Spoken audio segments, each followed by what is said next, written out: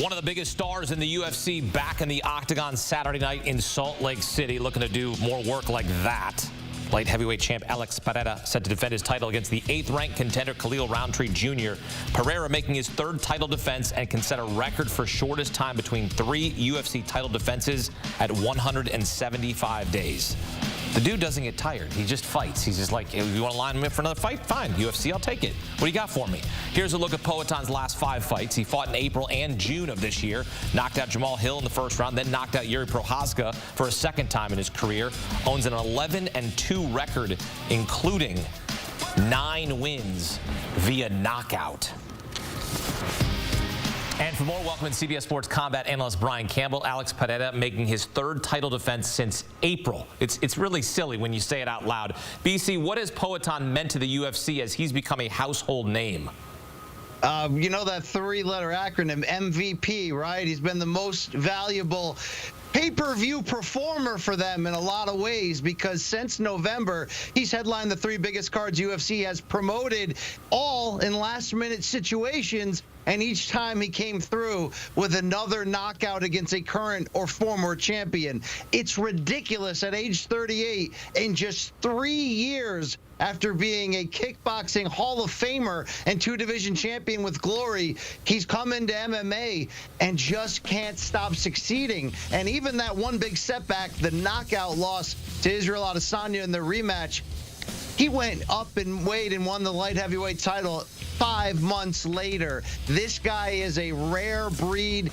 You can see it. This is not a deep pay-per-view card, but the UFC knows they have Pereira on the top of it, and that's all that matters. That's what we come to see Saturday night. Indeed. Pereira, heavy favorite against Rountree, who's getting this opportunity. He's on a 5-fight win streak. You can't deny the guy. Is there, though, a realistic path to victory for the 8th-ranked contender Rountree Jr.?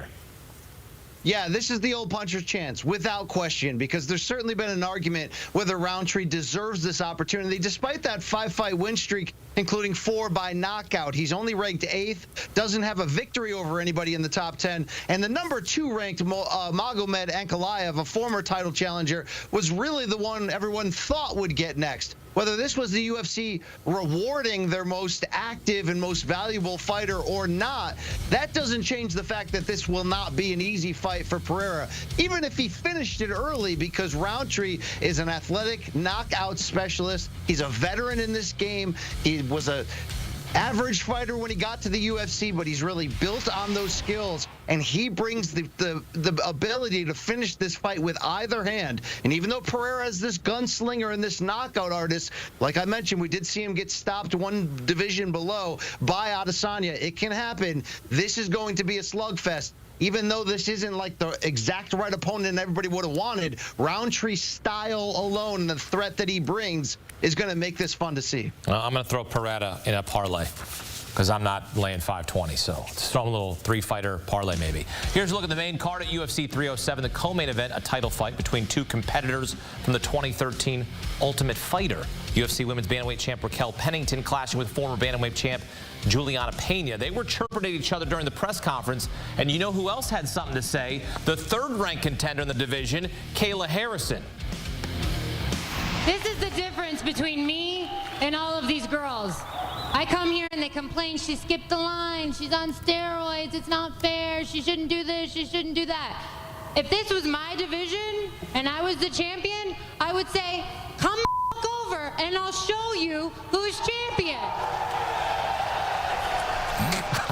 I love just that look right there. It's like, come find me. I'm here, fighting the 2nd-ranked contender Ketlen Vieira in the first fight on the main card. BC, I love the passion. What's your reaction to what Kayla said, and is she good enough to eventually take over this division?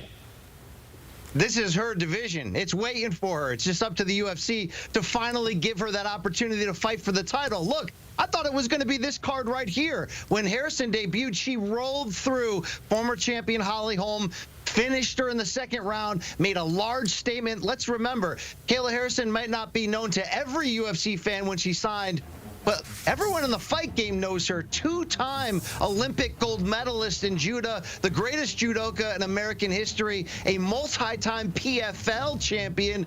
This is an accomplished and impressive woman who has come here to do damage. She will have to climb one more hill, and that's Ketlen Vieira on Saturday, of which she's a huge favorite.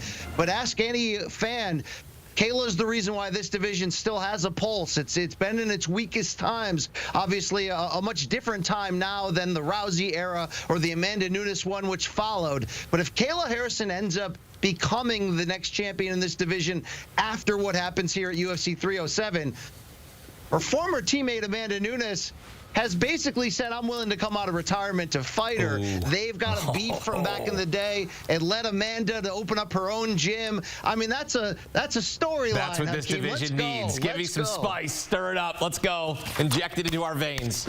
You talk the talk, you better walk the walk. So she better take care of business on Saturday night. We'll have full post-fight coverage of UFC 307 with Brian Campbell right here on CBS Sports HQ. BC, thanks.